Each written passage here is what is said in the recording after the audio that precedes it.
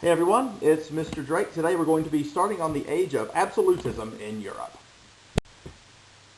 So by the time this video is over, you should be able to define what absolutism is in the context of European history, and also be able to define the term divine right.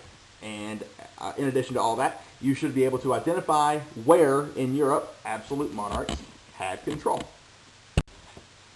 So, first of all, what is absolutism? This is going to set the stage for the entire unit.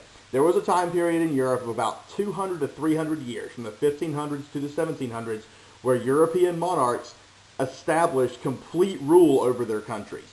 You might be saying, well, Mr. Drake, don't all kings and queens have absolute rule? Actually, no.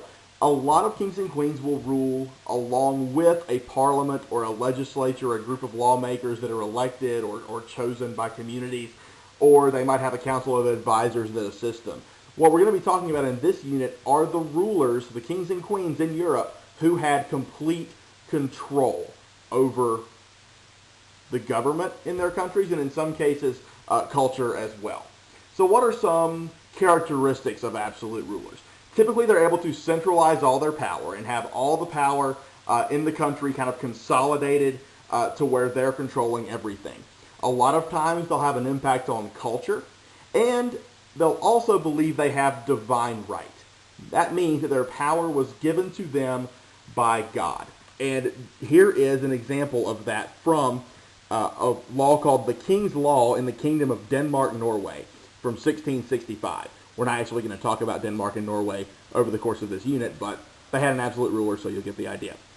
The King's Law in Denmark, Norway said that the monarch shall from this day forth be revered and considered the most perfect and supreme person on the earth by all his subjects, standing above all human laws, and having no judge above his person, neither in spiritual nor temporal matters except God alone. In other words, only God had control over this king. This king is answerable to no one on earth. Their power comes from a higher authority, that being God. So, who were these absolute rulers and where were they? There were 5 major powers in Europe during this time: Spain, France, Austria, England, and Russia. In Spain, you have Philip II. He's the first guy up there with that funny-looking black hat on. In France, you have Louis XIV, known as the Sun King. Another famous absolutism quote, he once said, "L'État c'est moi," which is French for "I am the state." Basically saying he was the whole government. In Austria and the Holy Roman Empire, you have Maria Theresa, who is possibly known to some of you for being the mother of Marie Antoinette, the eventually beheaded Queen of France. In Russia, you have Peter the Great and Catherine the Great.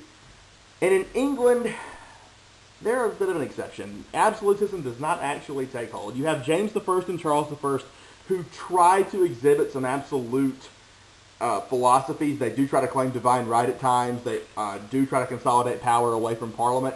But in England, as we'll learn over the course of this unit, Parliament actually prevails, and absolutism does not take hold as strong as it does in the other 4 countries listed here.